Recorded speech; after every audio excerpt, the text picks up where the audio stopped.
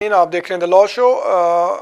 Programme को ख़त्म होने में थोड़ा सा टाइम रह गया, इसलिए अपने अगले कॉलर की तरफ चलते हैं। हेलो हेलो जी जाकिर साहब बोल रहे हैं। जी जी मैं जाकिर बोल रहा हूँ जी, बोलिए। जी मेरा नाम अली है, मैं सर कैंप से बात कर रहा हूँ। मैंने ये पता करना था सर, मैंने एसएलआरएसपी की एप्लीकेशन डाली हुई है। मेरे को यहाँ आए हुए तकरीबन 12 साल हो गए। 2005 में आया था मैं। हम्म और अभी जो है मेरे को काम से भी रोका हुआ है। जून जून से मैं काम भी नहीं कर रहा हूँ, क्योंकि उससे पहले मेरे पास सेक्शन 8 था, अपील का राइट था, वो रिफ्यूज हो गई थी।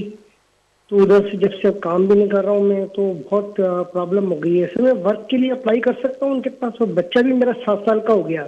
नहीं, आप मुझे पहले ये बताएं कि जो FLRFP की आप बात कर रहे हैं एप्लीकेशन, वो वो उस सिलसिले में आपको पहले अपील राइट था जिसकी वजह से आपको काम करने की परमिशन थी, या क्या क्या एग्जैक्टली क्या सिचुएशन है? पहले मेरे को वर्क परमिट था सर, वर्क परमिट था। कब तो तक था? वो असल में वो था 2013 तक। फिर क्या हुआ?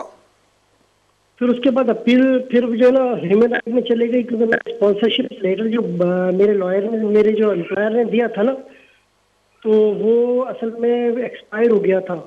हम्म तो वो भिजवाया नहीं उन्होंने वक्त के ऊपर ना। हम्म तो इस वजह से फिर मैं ह्यूमन राइट्स पे चला गया। अच्छा।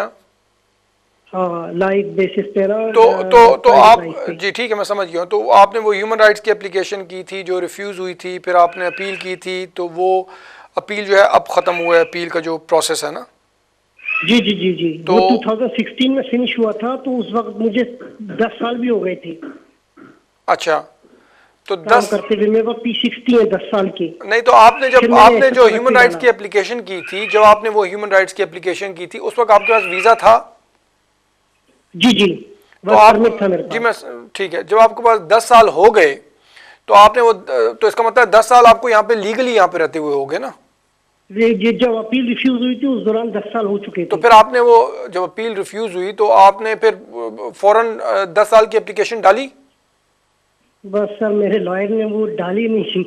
देखिए, वो उसने सबसे बोला भाई इसको ही सबसे चलने दो, सबसे जेआर में जाते हैं। जी, सबसे बड़ी गलती जो मुझे नज़र आ रही है वो ये है कि जब आपके 10 साल पूरे हो गए तो या तो आपको उस स्टेज पे अपने जो अपील पे आप होते हैं ना, तो फिर आप ग्राउंड्स अपने 10 साल के बेसिस पे कर सकते हैं, और या फिर अगर अपील डिसमिस हो गई थी तो फ़ौरन नई एप्लीकेशन करनी चाहिए थी, तो शायद अब तक मसला हल हो चुका था। अब चूंकि अनफॉर्चुनेटली अगर आपने वो नहीं की तो इसका मतलब ये हुआ कि अब अगर आपने उसके बाद दोबारा कोई FLRFP एप्लीकेशन की अपील करने, अपील रिफ्यूजल के बाद।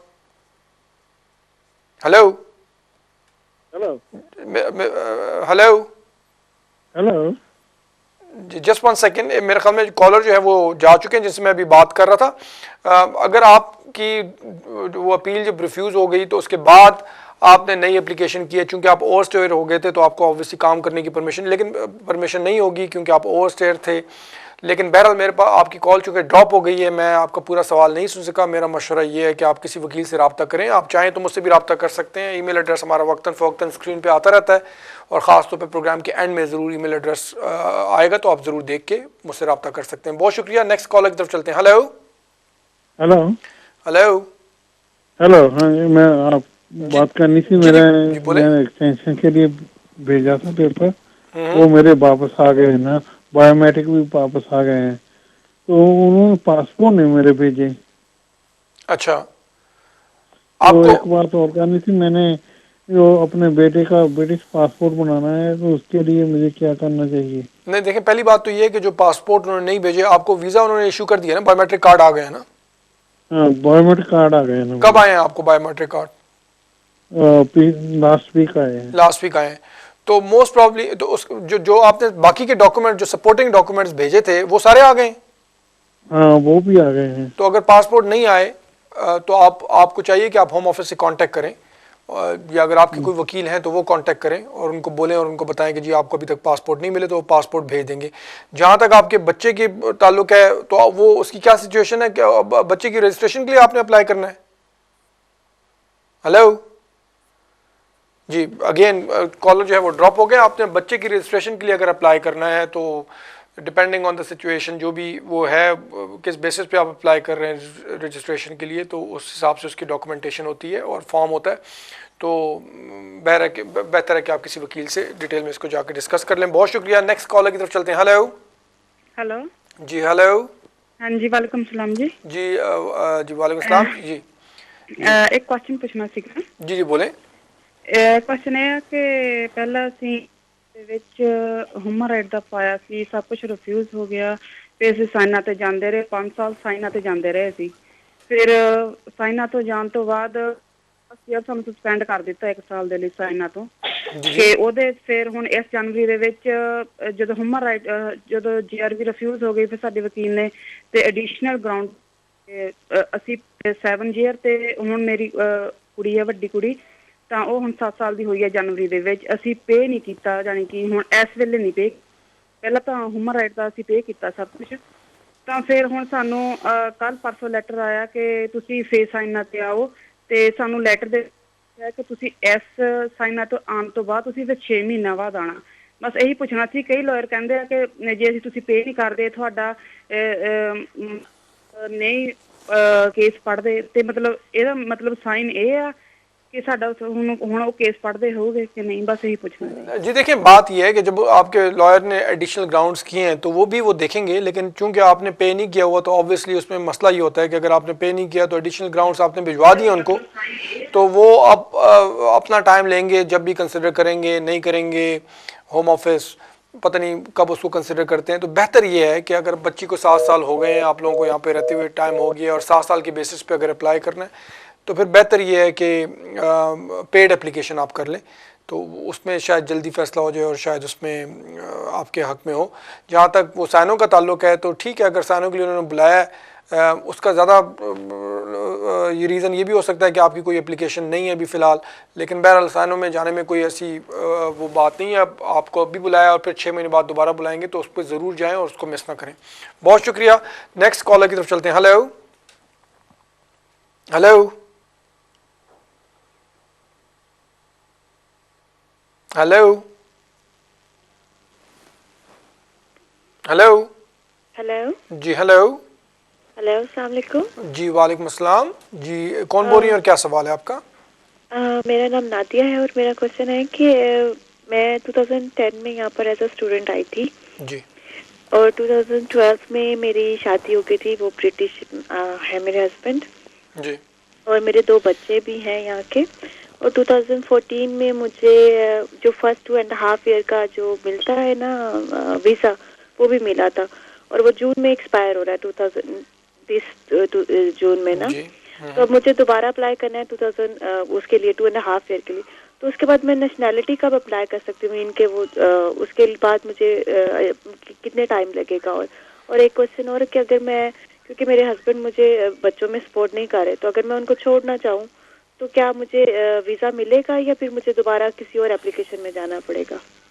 देखें, जहाँ तक आपके नेशनैलिटी का ताल्लुक है तो नेशनैलिटी तो आप तब अप्लाई करेंगी जब आपको पहले इंडेफिनिट मिलेगा, और इंडेफिनिट आपको मिलेगा अभी जब आपको 5 साल हो जाएंगे स्पाउस वीज़े पे। अभी आपको 2.5 साल होने लगे हैं, आप एक्सटेंशन के लिए अप्लाई करेंगी। जब आपको मज़ीद 2.5 साल का वीज़ा मिलता है स्पाउस वीज़ा, तो जब वो ख़त्म होने वाला होगा तो फिर आप इंडेफिनिट के लिए अप्लाई करेंगी। जब आप इंडेफिनिट के लिए अप्लाई करेंगी, इंडेफिनिट आपको मिल जाता है, तो फिर आप नेशनैलिटी के लिए अप्लाई कर सकेंगी। ये तो आपके पहले सवाल का जवाब हो गया। दूसरा जो आपका सवाल है कि अगर आपके हस्बैंड आपको सपोर्ट नहीं कर रहे और अगर आप अलहदा हो जाती हैं तो आपको कोई मसला होगा या नहीं होगा। तो देखें, क्योंकि आपके ब्रिटिश बच्चे हैं, अगर आप, मैं नहीं कह रहा हूँ कि आप ऑब्वियसली अपने हस्बैंड से अलहदा हों या ना हो, वो आपका फ़ैसला है, लेकिन अगर आप अपने हस्बैंड से अलहदा होते हैं तो चूँकि आपके बच्चे ब्रिटिश हैं, बच्चे चूँकि छोटे हैं, वो आपके साथ होंगे, तो आप अपने बच्चों की बेसिस पे भी अप्लाई कर सकती हैं। लेकिन उसमें फिर आपका वो रूट जो है अभी 5 इयर्स का रूट है, तो वो 10 इयर्स में चेंज हो सकता है। लेकिन चूँकि आपको आए हुए तकरीबन 7 साल हो गए, अगर आप 2010 में आई हैं तो आप इन एनी केस अगर आपको 10 इयर्स रूट में भी वो डाल देते हैं तो आपको लीगली यहाँ पे रहते हुए 10 साल मेरा ख्याल में 2020 में हो जाएंगे। हाँ जी, तो अगर आपको 2020 में 10 साल हो जाते हैं लीगली आपको रहते हुए, तो आप उस बेसिस पे यानी कि अपने बेसिस पे भी इंडेफिनिट के लिए अप्लाई कर सकेंगी। तो मुख्तसरन आपके सवाल का जवाब ये है, दूसरे सवाल का जवाब कि अगर आप अपने हस्बैंड से अलहदा होती हैं, आपके बच्चे जो हैं वो ब्रिटिश हैं, तो आपको इस बेसिस पे वीज़ा मिल सकता है और फिर आपको जब 10 साल यहाँ पे लीगली रहते हुए हो जाएंगे तो फिर आप इंडेफिनिट के लिए अप्लाई कर सकेंगी।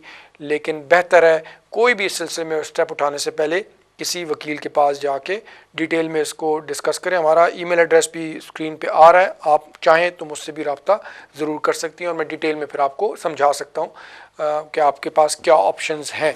तो नाज़रीन, मुझे बताया जा रहा है कि प्रोग्राम का वक्त जो है वो ख़त्म हो गया, इसलिए मज़ीद कॉल्स हम नहीं ले सकते। जैसे कि मैंने बताया, ईमेल एड्रेस स्क्रीन पे हमारा आ रहा है।